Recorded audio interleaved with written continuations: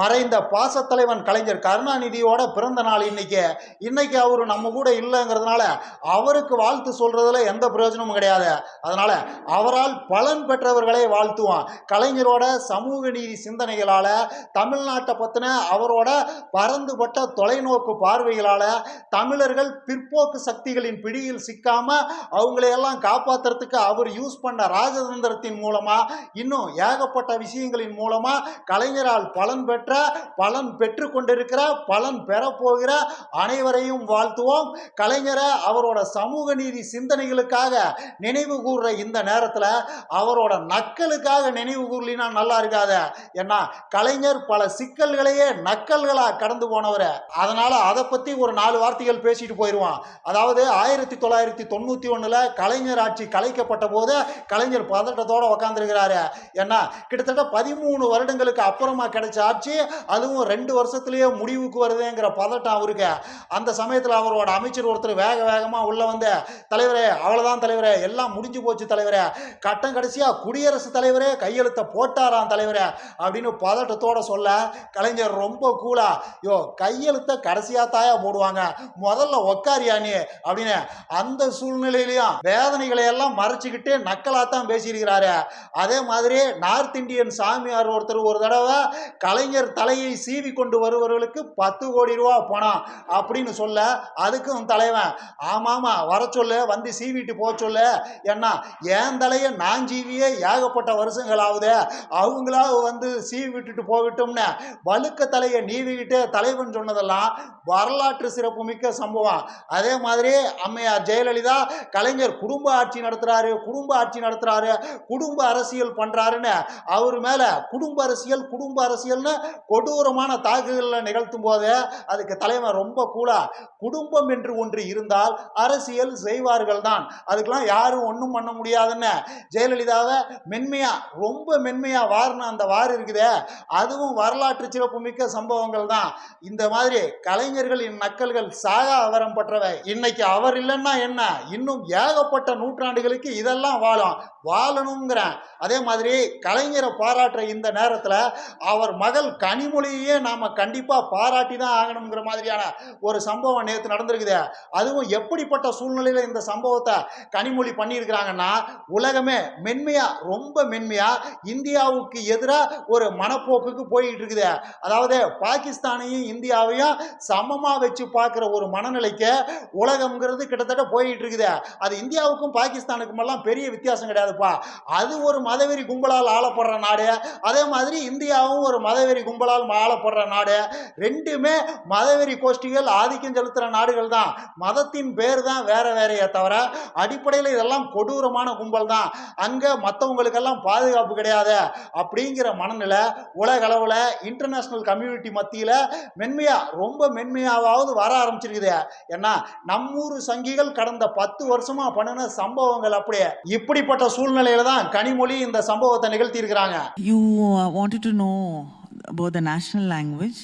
I think the national language of India is unity in diversity.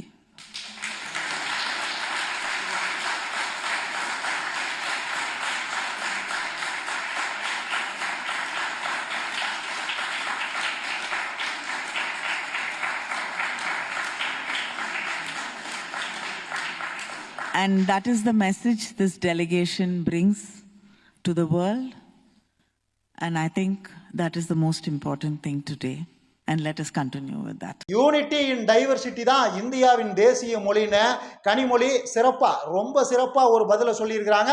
In fact சங்கிகளை எல்லாம் சாணியில் முக்குன செருப்பால் அடிச்ச மாதிரி தான் இந்த பதிலுங்கிறத. இந்தியாவின் தேசிய மொழி என்னங்கிறதுக்கு இதை விட சிறப்பான பதில வேற யாரும் சொல்லவே முடியாது. இன்ஃபேக்ட் இதை விட பர்ஃபெக்டான, இதை விட சிறப்பான பதில்னு ஒன்று இருக்கவே முடியாது. அப்படிப்பட்ட பதில தான் கனிமொழி சொல்லியிருக்கிறாங்க.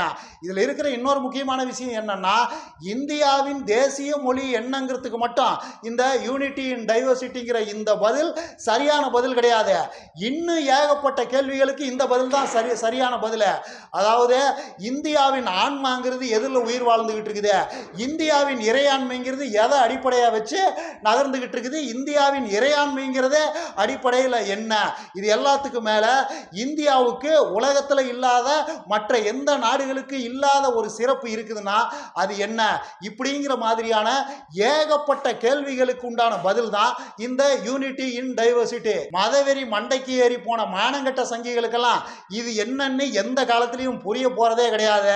மற்றவங்களாவது இதை புரிஞ்சுக்குவாங்கன்னு நம்புவான். இந்த இடத்துல சங்கிகள் மாதிரியே உங்களுக்கு ஒரு சந்தேகம் வரலாம். இந்த யூனிட்டி இன் டைவர்சிட்டிங்கிறது ஒரு சிறப்பான விஷயம்னா சாதியும் யூனிட்டி இன் டைவர்சிட்டிக்குள்ள தானே வரும். சாதி ஒரு மாதிரி வேற்றுமை தானே, சாதியா பிரிஞ்சு கிடந்து நாம அதுக்குள்ள ஒரு ஒற்றுமையா இருக்க முடியாதா? யூனிட்டி இன் டைவர்சிட்டிங்கிற அந்த விஷயத்துக்குள்ள சாதிய பாகுபாடு அடங்காதா அப்படிங்கிற மாதிரியான கேள்விகள் உங்களுக்கு வரலாம். ஆக்சுவலா அது அடிப்படையிலே ராங்கான விஷயம். ஏன்னா சாதிங்கிறது டோட்டலா வேற, அது ஒரு கொடூரமான ஒடுக்குமுறை. இன்ஃபேக்ட் சாதிங்கிறது ஒருத்தனை முன்னேற விடாம தடுக்கிறதுக்காக ஒருத்தனை இருக்கிற இடத்துலயே அவன் இருக்கிற நிலையிலேயே ஆண்டாண்டு காலத்துக்கு பல நூற்றாண்டுகளுக்கு பல தலைமுறைகளுக்கு வச்சிருக்கிறதுக்காக நம்மளுக்கு கண்டுபிடிச்ச ஒரு விஷயம். ஸோ இந்த விஷயம் அதுக்கு பொருந்தாத. எதுவெல்லாம் மாறக்கூடியதோ, எதையெல்லாம் நாம அடாப்ட் பண்ணிக்க முடியுமோ, எந்த சாஸ்திர சம்பிரதாயங்கள் இன்ன பிற பழக்க வழக்கங்களை எல்லாம் யார் வேணும்னாலும் ஃபாலோ பண்ணி அந்த அடையாளத்தை தங்களுக்கு உண்டானதை ஆக்கிக்க முடியுமோ, இந்த மாதிரியான விஷயங்களுக்கு தான் இந்த யூனிட்டி இன் டைவர்சிட்டிங்கிற லாஜிக் பொருந்துமே தவிர சாதிக்கெல்லாம் அது பொருந்தாது. சாதி ஒரு அயோக்கியத்தனம், அது அழித்தொழிக்கப்பட வேண்டிய ஒரு விஷயம். அப்படிதான். அப்புறமா நொன்னன் சீமான் தந்தி டிவிக்கு ஒரு பேட்டி கொடுத்துருக்கிறாரு. முந்தா நாள் நொன்னன் கொடுத்த அந்த பேட்டியில வழக்கம் போல ஒண்ணுமே இல்லை. அதை போடுறா உனக்கு தெரியுங்கிறீங்களா? நான் தான் மானங்கெட்டு போய் அந்த 3/4 மணி நேரம் பேட்டியை உக்காந்து பார்த்து தொலைச்சினேன். அப்புறம் நான் அதை பத்தி பேசாம வேற யாரு பேசுவா? இதுல சொல்றதுக்கு தான் ஒண்ணும் இல்லையே தவிர நொன்னனை ஓட்டுறதுக்கு வழக்கம் போல 1-2 விஷயங்கள் இருக்கத்தான் செய்யுது. ஓட்டிட்டு போயிடுவோங்கிறேன். அதாவது அந்த நெறியாளர் ஒரு மாதிரி கேட்கிறாரு, நீங்க எப்ப ஜெயிப்பீங்கன்னு நாங்கெல்லாம் நினைக்கிறது வேற, நீங்க எப்ப ஜெயிப்பீங்கன்னு நீங்க நினைக்கிறீங்க மிஸ்டர் சீமான் அப்படிங்கிற மாதிரி ஒரு கேள்வியை கேட்க அதுக்கு அண்ணன் உருட்டினார் பாரு ஒரு உருட்டு. அதாவது தம்பி, நான் நடுறது முருங்கை மரம் கிடையாது 3 மாசத்துல பலன் கொடுக்கும்னு எதிர்பார்க்கறதுக்கு. நான் பனைமரம் நட்டுக்கிட்டு இருக்கிறேன், பல ஆண்டுகள் ஆகும் அதுல இருந்து பலன் கிடைக்கிறதுக்கு. அவசரப்பட்டா எப்படி அப்படிங்கிற மாதிரி அண்ணன் சொன்ன பதில்ல அந்த பக்கம் உக்காந்துருந்தவர் அத்தோட ஆஃப் ஆயிட்டாப்ல. இது சம்பந்தமா நொன்னங்கிட்டையும் தம்பிகள்கிட்டையும் நான் கேட்கறது என்னன்னா, பனைமரமா இருந்தாலும் பலன் கொடுக்கறதுக்கு என்ன பல நூற்றாண்டுகளா ஆகும்? 10 வருஷத்துல அதிகபட்சமா 10 வருஷத்துல பனைமரம் பலன் கொடுத்துருந்தானே.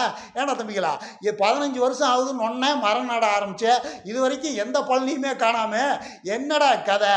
அதாவதுடா தம்பிகளா, நொன்ன நடுறது பனைமரம் கிடையாது, பாறாங்கல்ல கொண்டு போய் ஊனி வச்சுட்டு இது பனைமரம் வளர்ந்து பலன் கொடுக்கும்னு உங்களை எல்லாம் நம்ப சொல்றாரு. நீங்களும் நம்பிக்கிட்டு இருக்கிறீங்க. பல நூற்றாண்டுகள் இல்லை, பல சகாப்தங்களே ஆனாலும் பாறாங்கல் வளரவும் வளராது, நகரவும் நகராது, அதிலிருந்து எந்த பலனும் வராது. பனைமரத்துக்கும் பாறாங்கல்லுக்கும் முதல்ல வித்தியாசத்தை தெரிஞ்சுக்கிங்க. இதுக்கப்புறமும் பாறாங்கல்ல பனைமரம்னு தான் நம்பிக்கிட்டு தெரியவேன்னு நீங்க எல்லாம் அடம் முடிச்சிங்கன்னா பாவப்பட்ட உங்ககிட்ட எல்லாம் சொல்றதுக்கு ஒண்ணுமே இல்லை. அதே மாதிரி அந்த பேட்டியில நொன்ன இன்னொரு இன்ட்ரெஸ்டிங்கான உருட்டியும் உருட்டி இருந்தாரு. அதாவது அந்த நெறியாளர் கேட்கிறாரு, சரி உங்களுக்கு தான் எம்எல்ஏ எம்பி ஆகணும்னு ஆசை இல்லை, பல நூற்றாண்டுகள் பலனுக்காக காத்திருக்கிறதுக்கு நீங்க தயாராயிட்டீங்க, உங்க கூட இருக்கிறவங்களுமா அப்படி இருக்கிறாங்க, அவங்களுக்கெல்லாம் எம்எல்ஏ எம்பி ஆகணும்னு ஆசையே இல்லையா என்ன அப்படின்னு ஒரு கேள்வியை கேட்க அதுக்கு நொன்னன் சொன்ன பதில் இருக்குதே, கிட்டத்தட்ட கரகாட்டக்காரன் வாழைப்பழ காமெடி தான். செந்தில்கிட்ட கவனம் பண்ணி கேட்பார்ல, எங்கடா அந்த இன்னொரு வாழைப்பழம்னு கேட்க, இதுதானே அது அப்படின்னு உருட்டுவார்ல, நொன்னனும் கிட்டத்தட்ட அந்த மாதிரியா தான் உருட்டி இருந்தாரு. அதாவது தம்பி, நீங்க என்கிட்ட கேட்குறீங்க எங்க ஆளுகளுக்கெல்லாம் எம்எல்ஏ எம்பி ஆகிற ஆசை இல்லையான்னு என்கிட்ட கேட்குறீங்க. சரி, ஏற்கனவே எம்எல்ஏ எம்பி ஆனவங்க எல்லாம் என்ன சாதிச்சாங்க? அவங்க எதுவும் சாதிக்கலைங்கிறதுனால தான் நாங்க கட்சியே ஆரம்பிக்க வேண்டி வந்தது. அவங்க எதையாவது உருப்படியா பண்ணியிருந்தா நாங்க எதுக்கு கட்சி ஆரம்பிக்கிறோம் அப்படின்னு உருட்டினாரு. சரிண்ணே, ஏற்கனவே இருக்கிறவங்க எதுவும் பண்ணலங்கிறதுக்காக தான் நீங்க கட்சி ஆரம்பிச்சீங்க, ரைட்டு. உங்களுக எம்எல்ஏ எம்பிக்கெல்லாம் ஆனாதானே ஏதாவது பண்ண முடியும். அப்படி ஒரு ஐடியாவே உங்களுக்கு இல்லையே, என்னதானே கதைன்னு இவர் கேட்டிருந்தா அதுக்கு நொன்ன என்ன சொல்லியிருப்பாருன்னா, அதுதான் தம்பி நானும் கேட்கிறேன், ஏற்கனவே ஆனவங்க என்ன சாதிச்சாங்க, எங்களை போய் எம்எல்ஏ ஆகும் எம்பி ஆகும்னு கேட்டுட்டு இருக்கீங்களா அப்படின்னு செந்தில் கவுண்டமணிக்கு சொன்ன அந்த வாழைப்பதில் பதில தான் நொண்ணன் சொல்லியிருப்பாரு. நல்ல வேளை அந்த நெறியாளர் அப்படி ஒரு கேள்வியை கேட்கவும் இல்லை. நொன்ன இப்படி ஒரு பதிலை சொல்ல வேண்டிய அவசியமும் வரல. நொண்ணன் சொன்னா என்ன சொல்லலைன்னா என்ன, அவர் சொன்னதுக்கு அதுதான் அர்த்தம், அதுதானே இதுங்கிறது தான் அதுக்கு அர்த்தம். இதில் இருக்கிற இன்னொரு இன்ட்ரெஸ்டிங்கான மேட்ரு என்னன்னா, நம்மூர் மீடியாக்களில் பேட்டிகள்லாம் நடக்குதுல்ல, அதில் அதிகபட்சமாக 2 கேள்வி தான். அதிகபட்சமாகவே 2 கேள்விகள் தான். அதுக்கு மேலே கேள்விகள் கேட்கக்கூடாதுங்கிறது ஒரு மாதிரி எழுதப்படாத விதியை. முதல்ல ஒரு கேள்வியை கேட்கணும், அதுக்கு உண்டான பதில்னு அவங்க ஒன்றா சொல்லுவாங்கல்ல, அதிலிருந்து அதிகபட்சமாக ஒரு கேள்வி கேட்கலாம், அவ்வளோதான். அதுக்குண்டான பதில் எப்படி இருந்தாலும் அத்தோட அதை விட்டுட்டு அடுத்த பாயிண்ட்டுக்கு போயிடணும், அடுத்த கேள்விக்கு போயிடணும், அடுத்த டாபிக்கு போயிடணும். இது ஒரு எழுதப்படாத விதியாகவே நம்மூர் மீடியாக்களின் இன்டர்வியூக்களில் பயன்படுத்தப்பட்டு கொண்டு தான் இருக்கிறது. அதுதான் அண்ணனுக்கும் அப்ளை ஆச்சு. அதனால் அண்ணனை அத்தோட அவர் விட்டுட்டாரு. நான் இத்தோட இந்த வீடியோவை முடிச்சுக்கிறேன். இன்னும் நிறைய பேசலாம். லைக் பண்ணுங்கள், ஷேர் பண்ணுங்கள், கமெண்ட் பண்ணுங்கள், சப்ஸ்கிரைப் பண்ணுங்கள். மறக்காமல் அந்த பெல் ஐக்கானை அமுக்கி விட்ருங்க.